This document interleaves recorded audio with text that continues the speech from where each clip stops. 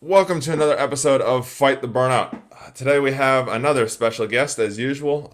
We have Dr. Mitchell Yass. I think if I pronounced that right. Yep. And he's going to talk to us today about pain, mostly physical pain, and how that relates to us burning out, and how you can use his method to, and even talk with him if you so choose in the future, to actually overcome this pain. Because I can relate to it. I've got, from my background, lots of injuries and stuff, some that still stick around, and when they're really painful it does bring us down. So they all relate, whether it be emotional, physical, or mental. Pain can cause us to go into that burnout. So, as I like to do, Mitch, is let you introduce yourself. Tell us a little bit about yourself, your background, how you ended up here, and also any experiences that you've had with burnout as such as well.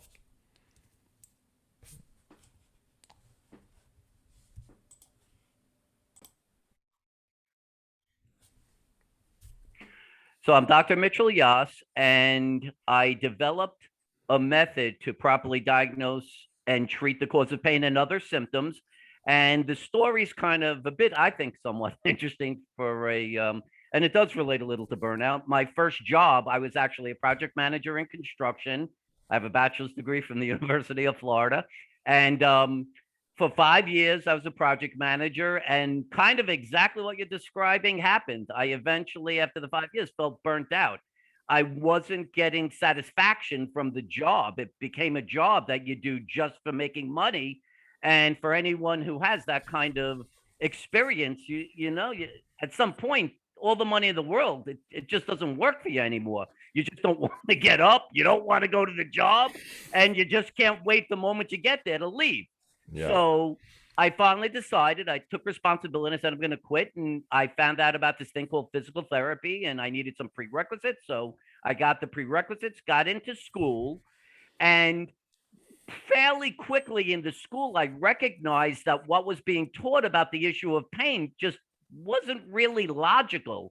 The grand promotion that you could identify the cause of pain through diagnostic testing, primarily MRIs, just wasn't matching up. And the reason it wasn't matching up was because, I'll give you an example. Let's say that someone's having pain in the knee region, and they get a diagnosis of a meniscal tear, the cartilage that sits between the knee, between the thigh bone and lower leg bone. Well, if that were to cause pain, that should cause pain at the space between the thigh bone and lower leg bone. I, being who I am, being the inquisitive person I was, would actually say to the person, "Where's your pain?" And they would point to a spot typically that was 2 or 3 inches away from that Mm. joint line. And so you can't, in good conscience, say, well, you don't have the pain where it should be, so I'm just going to go ahead and treat the meniscus. And so I started trying to understand what was the tissue creating the pain. Yeah. And amazingly, in 98% of cases, it turned out that the tissue creating people's pain was muscle. Yeah. So whether it was the muscle itself, whether you had pain, let's say, around your kneecap, well, you would immediately be told you have arthritis. Well, it turns out that the kneecap position is based on its attachment to the front thigh muscle, Yeah. the quad. So if the quad is shortened because it's stronger than your hamstring, it will pull excessively on the kneecap, causing you to have excessive compression when you bend your knee, and you have pain at the joint. Yeah. Muscles actually refer symptoms. Most people don't know that. So the famous story of laying on your side when you sleep and ending up having numbness in your hand, that's from not the cervical nerve roots in the spine. That's your rotator cuff. The infraspinatus aspect has strained, and as your shoulder rolls forward because you're laying that way, it overstretches it, irritates it, and causes the symptom to go to your hand. So Yeah. even that's muscle. And finally, you could have muscles impinge on nerves. Yeah. Sciatica. Yeah. Sciatica. Sciatica is the muscle in the butt called the piriformis impinging on the sciatic nerve. So you have a muscular cause creating neurological symptoms. Combine those four types, you have 98% of the world's population's pain coming from muscle. Yeah. So that process I kind of learned towards the end of school and into my beginnings as a practitioner. A year and a half after I started, I opened my own facility, which then I wrote a few books and did a PBS special and wrote for some international magazines. And I started getting contacted from all over the world. And it was quite remarkable that regardless of the country the person came from, The story was always the same. They always had the same story. I have pain. I try to seek care. I find a structural variation. They treat it. It doesn't work. And I'm left in pain, struggling. Yeah. And you brought up the point before, and this is, which is the most disheartening part of this whole thing. Pain's one thing. And most people in a short term can deal with having some pain. Yeah. But what happens when you keep trying to have the pain resolved and you can't? Yeah. All of a sudden, you start becoming disillusioned. You start becoming nervous, anxious, frustrated. And if it goes on long enough, you start becoming hopeless and oftentimes quite scary, suicidal. Yeah. And I've dealt with all of these in the 28 years I've been doing this. So, burnout isn't what happens when your pain begins. No. Burnout is what happens when it can't be resolved and you start coming to this very scary premise. This may be the rest of my life. Yeah. And that's the part where it's quite remarkable, regardless of the place I treat, head to toe. I always incorporate some aspect in my treatments of trying to understand where the person is in terms of their thought process about their pain. How do they feel it is? How does it impact their life? What is their sense that it will eventually be overcome? And I always incorporate some aspect of my treatment to that, because if you don't get them to believe that this terrible thing, this process they've gone through can be ended, they're really going to be hesitant to put all their effort into what I'm asking them to do to resolve the physical aspect of their pain. You really need to get the physical, mental, emotional, and spiritual aspects all working together. Yeah. And I've recognized that from all the, like I said, the suicidal people I've worked with. And I think it's critical. And I think it kind of is what makes me somewhat unique as a practitioner of someone treating pain, because I really see the person as a whole person. And just, if you want a personal aspect of the story. So it's very hard to work with suicidal people. It's very scary for someone to walk up to you and say, I am going to put a bullet in my head tomorrow if you don't fix my pain. You are my last resort. I've tried A lot of everything pressure. else, and you're it. A lot of It pressure. really sucks you in. It causes a massive level of focus, aggressiveness, and you kind of become part of the story. Well, that took its toll on me. And eventually I became disassociated with my wife, my daughter for almost a decade. And eventually the sad story is that she kicked me out and I got divorced from it. And I kind of lost my way with my daughter. And from that, I found enlightenment. And the enlightenment kind of made me recognize that I am an individual person, and this thing that I do is an entity onto itself. I am not the Yass method. The Yass method is something that works to diagnose and treat people. I am a human being who just wants to experience love, be happy and joyful. And as I was able to separate myself, I started to recognize that I need to simply live in the moment and relish every single thing that I do. And so something as simple as sitting in the morning and drinking coffee outside, looking at trees and clouds and things like that, spending time with my daughter, doing a podcast with you, helping someone be out of pain, doing my own workout. It doesn't really matter what I'm doing. I am so fully engaged in the moment, and I have been able to block the idea of having thought when I'm doing whatever I'm doing, that it has just so allowed me to relish life. And that is, from outside the issue of pain, that is my wish for every person that I could come in contact with. If you can find enlightenment, you are going to have a very happy life.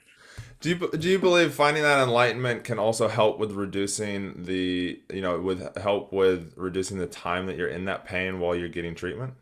There's no doubt about it. That's partly why I try to utilize that as an aspect. Stress. People always talk about, oh, you got to work out, you got to exercise. I'm not saying that's not important. Oh, you got to eat right. I'm not saying that's not important. You don't resolve stress, you're going to die. You're going to die. Stress kills. Yeah. What is, if people, I'm very science-based and stuff like that. What is life? Life is making more new cells than cells dying.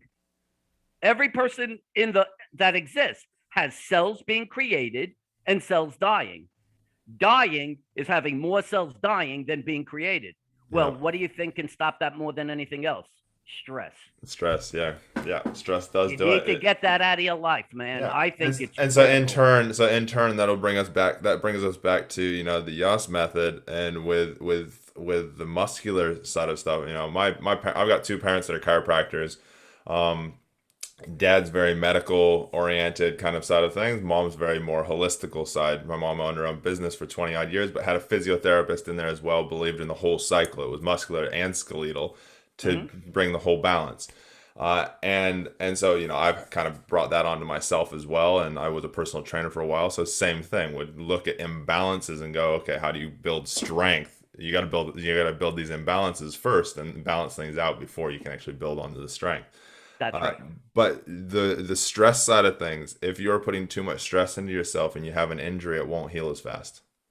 No doubt about it. No doubt Yeah, about it. And when you talk about stress, we could talk about physical stress. yeah, So if you want to really understand the premise of chronic pain began in the late 1980s and early 90s. Go back to the history of mankind. Go back to the Greeks, the Romans. Was there ever a discussion of chronic pain? Never, never. mm, Go back to the period of time during the Depression in the United States. Was there? Never, never. It's only existed since the late 1980s and 90s. Why? The answer is technology. Technology actually brought on the idea of chronic pain. And the reason is because we're talking about technology, automation, the use of phones and computers and all these other things. So the classic example is if you went to the bank in 1970 something and you needed to take money out, you went to a teller, right? And the teller would physically give you money or do the trans. Now you go to an ATM, right? yep, It's so bad now that if you want to change the TV in your house, you don't even get up to turn the channel. You just take the little remote and talk into it. You don't even have to use your thumb anymore. You yep. just talk it. So basically, what's happened is people are using their muscles less. And as a result of that, it's you don't strength training on its own doesn't sustain strength. The use of muscle Yeah, sustains strength. And as we started doing less and less, especially into prior to the 1980s, it was older people were famous for having chronic pain. Now you could be in, I treat people in their 20s. I had a 20-year-old college girl say that she felt like she had a bobblehead. Literally, she could not support the weight of her head. She's 20. And all you have to do is look at the fact that for her courses, there used to be things called books, but now there are no more books. Everything's on your laptop, right? So this is every kid in college, hmm, right? And they don't stay physical, so they strain muscles. So they end up straining a muscle in the butt called the piriformis. They end up having sciatica. Well, guess what? When you're having sciatica, you can't sit in a lecture for 3 hours. You no, can't sit for 10 minutes. yeah. So that's why they're having that is the general reason for chronic pain, and then of course became the false diagnosis of the MRI finding the structural variation. So people are being treated for the wrong tissue when it turns out it's muscle. It's actually they're trying But to treat it to the structure. and if we look at that, all this relates to burnout because we probably won't talk about burnout as much, but we'll relate it back to it all the time. If you're in chronic pain, you like we talked about before, you will start to get disheartened Sure. because you feel like you can't do what you used to. You can't. You feel like I mean, I've got a client of mine because I do some police preparation stuff, physical and mental police preparation stuff. One of my clients tweaked her back. Then she ended up rolling her ankle because she does so much activity. Sure. She's not old, but she's in her 40s. So, she's doing a lot of activity for a 40-year-old. But also at the same time, it started to get to a point because the back pain was going on for so long that she started to get very disheartened and Sure. very, started to, think I'm never going to be able to get past this.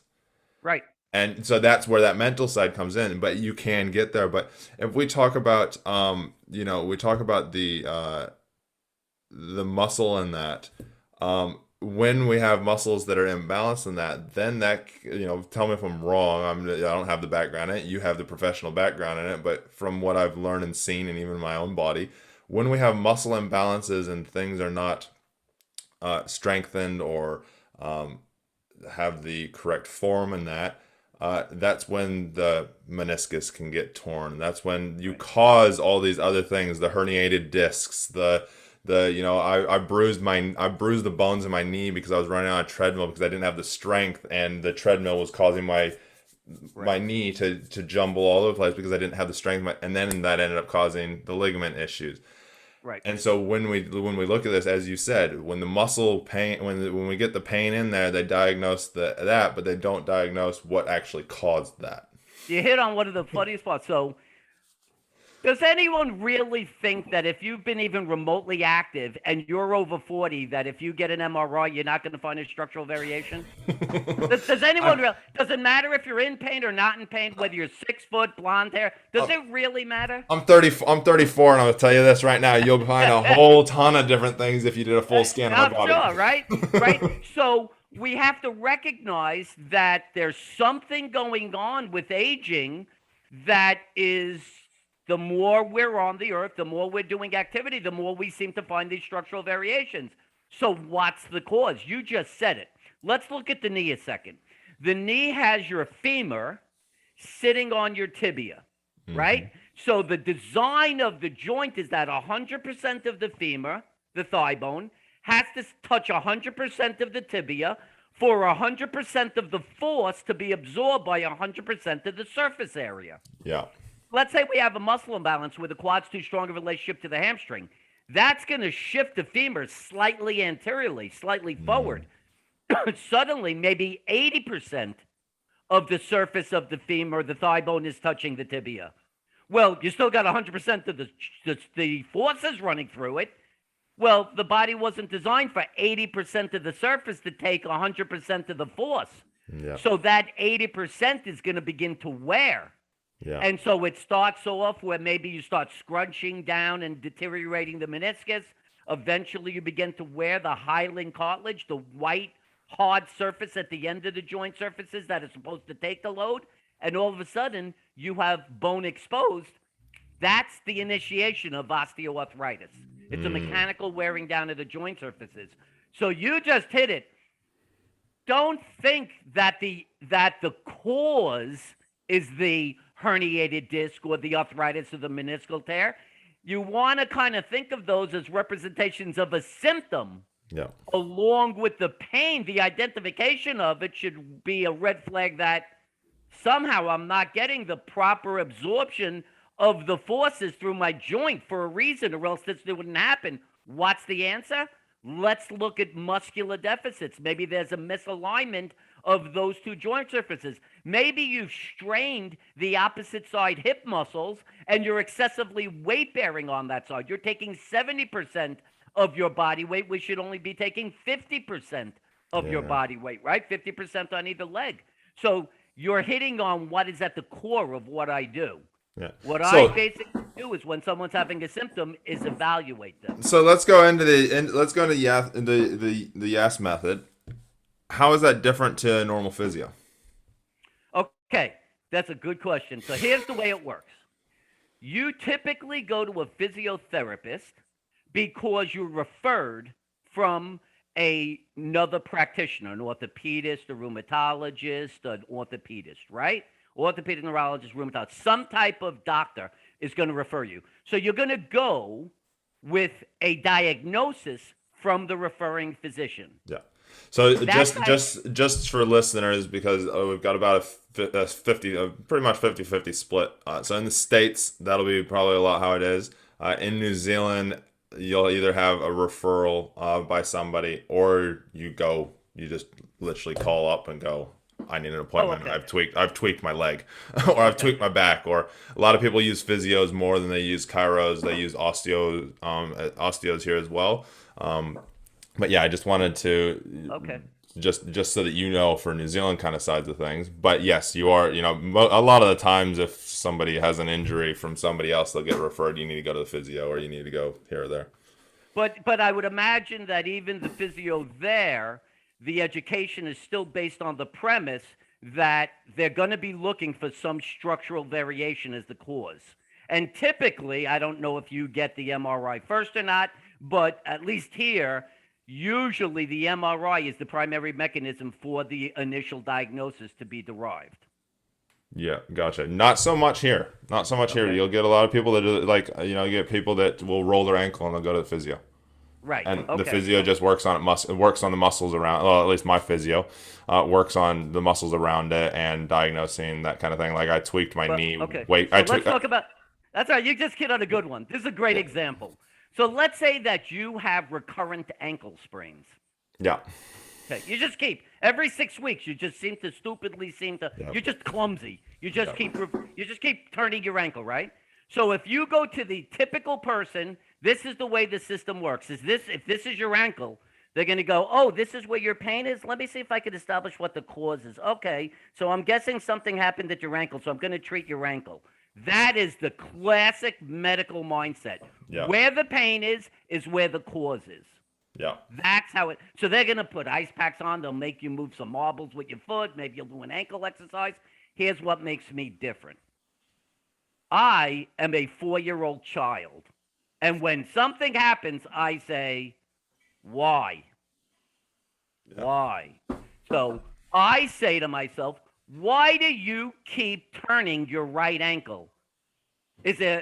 Your ankle just not as strong, or well, usually that's not what it is. It turns out in the case of the ankle, if you weight bear and walk with your feet hip width apart, which means that your foot is directly under your hip, I guarantee you 1,000% of the time you will end up weight bearing directly on the 5 balls of the feet.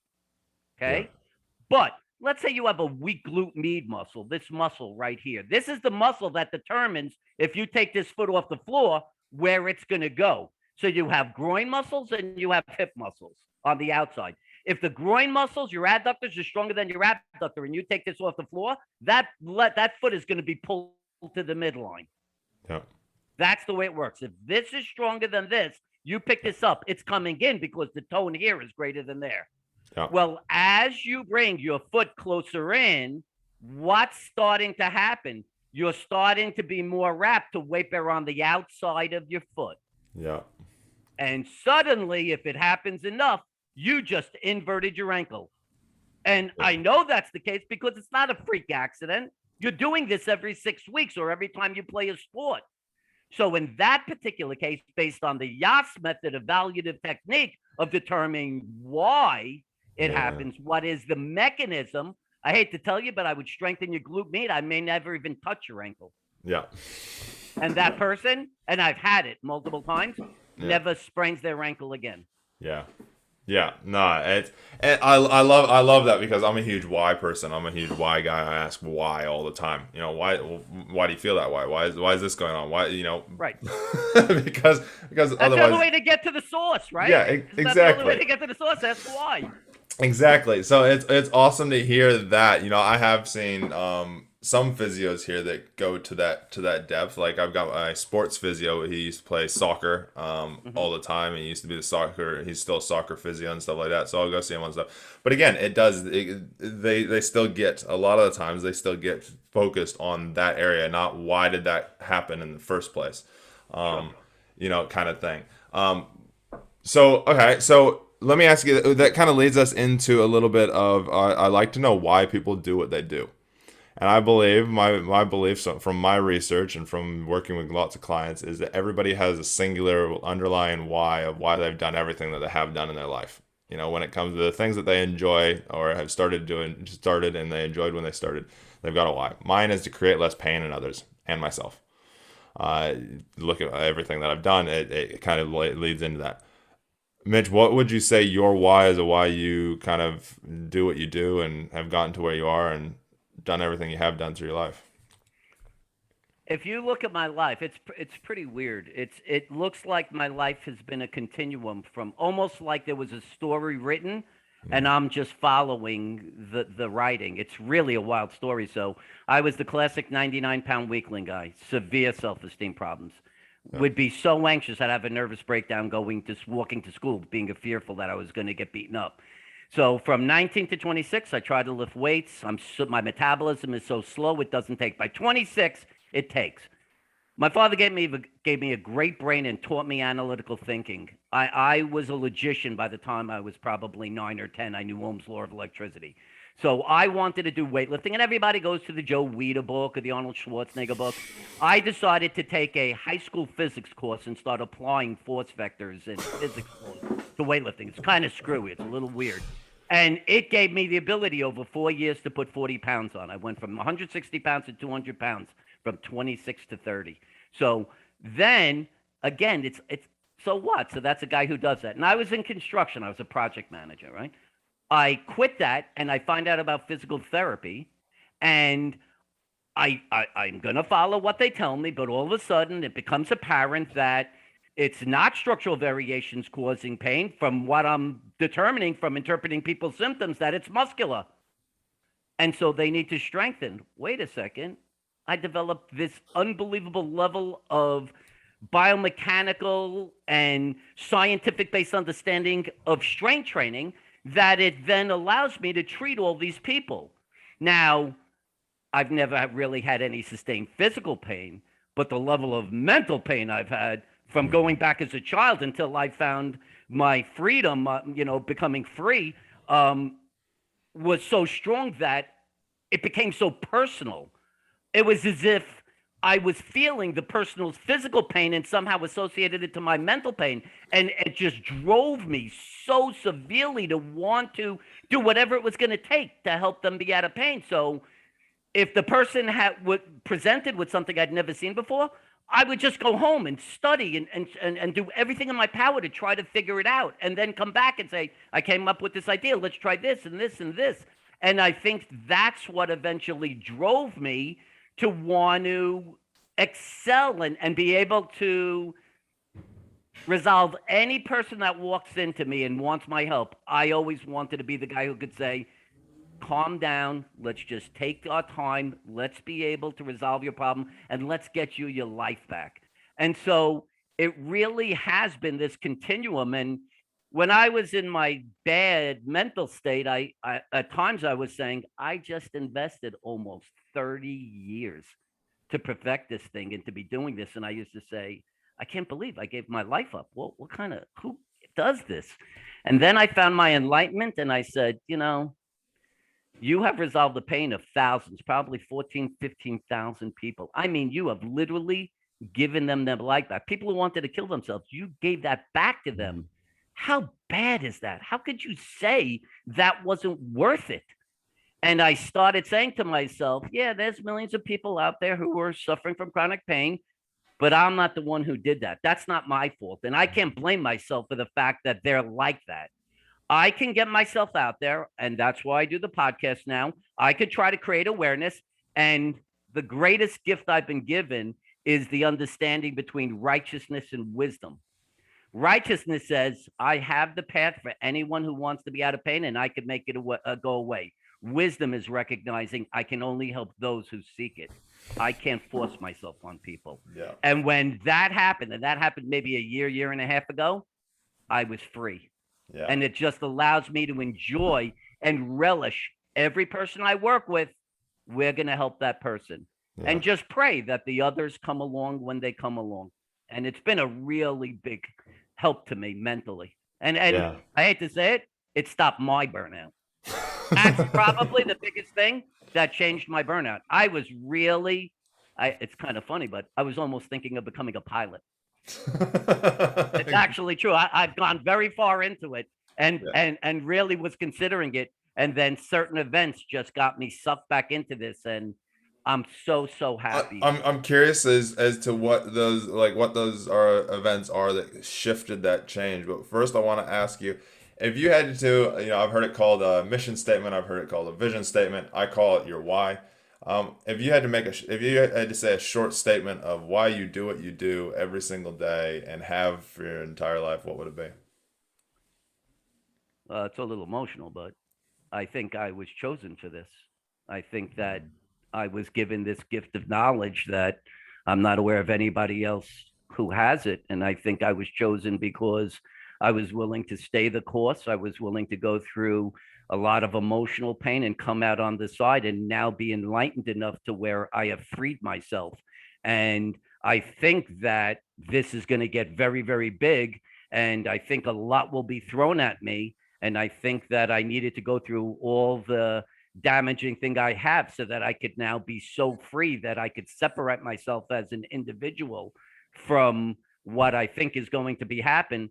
And at the end of the day, just be okay with myself, my life, and the way I live, and bringing joy to people. So Mm, I really think, I mean, it's, if you really look at everything that's happened to me, it really feels like I've been chosen for this.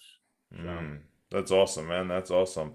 So if we jump real quick into uh, what was it that that you did that got you, what was it that got that change from where you were to where you are now? um, What sparked it? the change. At the initial phase, when I first started doing, therapy and was in school and coming out, um, I think it was the what my father gave me, the childhood inquisitiveness of logic and analysis, wanting to understand why things are what they are. And that's what separated me from everybody else graduating and following in the normal path. I think that's what started the process. I think my passion, my belief that I give a little bit of myself to every single person that I work with. I love that idea. Whether it's the passion to believe you could overcome this or the science that I can give to allow the person, I love that aspect of it. Um, and again, the overriding thing is, I mean, and people might think I'm crazy. I don't know, but I really think I was chosen for this. I mean, I don't know how else to explain it. I really Mm, do believe that I was chosen, put through a lot of trials and tribulations, and now I'm prepared to allow this onslaught to occur and just be good with it, and just really be happy with where I am and what's going to happen. And I'm 60 years old, and most people are talking about retirement and they're on the downside of their life. I actually feel I'm more excited about life than I ever have been in my entire life. So it's I think that's kind of wonderful. that is awesome. That is epic.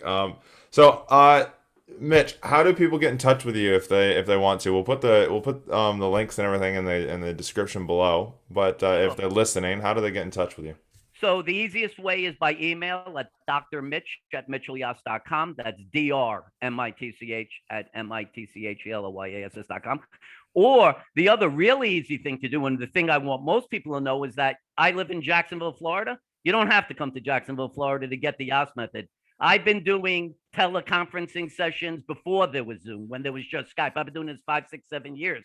So if you want, you could just go to Live Without Pains, it's plural, livewithoutpains.com, and slash sessions, and there's a Calendly scheduler there, and you could schedule an appointment for a day and time that's most comfortable for you. The sessions are videotape, which allows you to be guided properly through the process to make sure you're doing it right. I think anyone who's in pain from head to toe, if you're really looking to get the right diagnosis, which is what you need, then obviously I do it, but I honestly do believe this is the best path and the quickest way to get the right diagnosis. And if it is muscular, which it is in more than 98% of cases, get the right understanding, how to do the right exercises, and you will be pain free and fully functional. Really, we're talking weeks, maybe a few months, but not years. There's nothing like that with this. That is awesome. That is awesome. And we'll put those links in the description down below. Uh, Appreciate it. Mitch, what is the last question I have for you? What is your top tip to self happiness? What is my what? Top tip to self happiness. This is the biggest one. Be at peace with yourself. Be at peace with your life. Understand what you can control in your life and understand what's out of your control, and forget what's out of your control. Stop trying to control things you can't control. You can control. Claire, my father used to say this. You can't control the money you take in, but you can control the money you put out. Yeah. That, I mean, you have to think that's as crazy as it is. It's true. So everyone wants to make lots of money, but they don't take the time to really think about how not to spend as much, which actually puts you, that's the part you can control. And you could keep yourself in a really comfortable financial position that way. So you don't have the stress of always having to make more money, right? Yeah. So if you could understand that concept, the relationships you're in, right? So you know how you feel. You maybe don't fully know how the other person feels. So stop panicking about how they feel. Just control how you feel. Yeah. However, it's going to work out. It's going to work out. It will be what it will be. But as long as you just stay within yourself, I promise you, if you can find this path, you will be so happy. I lived every day. It's over 2 years now. I have not had an unhappy day. I get up in the morning with my feet off the floor. I go to bed with my feet off the floor. That's how happy I am. So Mm. that is my wish for anybody. That is awesome. That is awesome, Mitch. Well, thanks so much, Mitch. Anything you want to add before we wrap up? Nothing. I appreciate the time, Chris, to be on the podcast. And just I hope people get smart and start taking responsibility for their selves in terms of their pain and the attempt to diagnose and treat it, and recognize that if something's not working over a period of time, it probably isn't the right thing. So don't, what Einstein said, doing the same thing over and over and expecting a different outcome. That's what's called insanity. So, Yep. if this sounds like it makes sense, look into it. And if it makes sense to you and it's logical, come on in. Let's get this done, and let's help you be out of pain and reclaim your life. So that's Oh, that. that's awesome, Mitch. Well, thanks so much, Mitch, for being on the podcast. As you guys have heard over the last 40-ish minutes, there is a lot of different aspects to burnout. It's not just your mental, it's not just your physical. It is a combination of everything, your emotions, all of it. But if one of them is out of whack or out of balance, it can cause burnout even more. So, if you are in chronic pain, reach out to Mitch, and or find somebody if you want to see somebody face to face, which, as Mitch said, you don't necessarily have to. He can help you over Zoom or over the technologies that we have these days. But otherwise, take what he said and really make sure that it's applied to you. And if you have a logical brain like Mitch has, and I have as well, you can almost in a way self-diagnose yourself. But it is always smart to get a professional to do it, because they have been doing it for a long time. But also from this episode, we've learned, multiple different things besides just body pain, but emotional pain, mental pain. It all relates to each other. So make sure you're looking after yourself. As we always say, I always say, train hard, test easy. I learned that from my law enforcement days. So we want to make sure that that's also not just pushing hard, hard, hard, but it's also training hard in stepping back and taking care of yourself. So as always, if you need any assistance or have any questions, send us an email at fighttheburnoutpodcast@gmail.com, and we'll be happy to put you in touch with people, help out however we can, and make sure you go have a look at Mitch's website, and book a session with him, have a look at it, and he'll help you get out of some of that chronic pain if you're in it. Till next time, make sure you like, subscribe, and we love you all, and thanks for listening.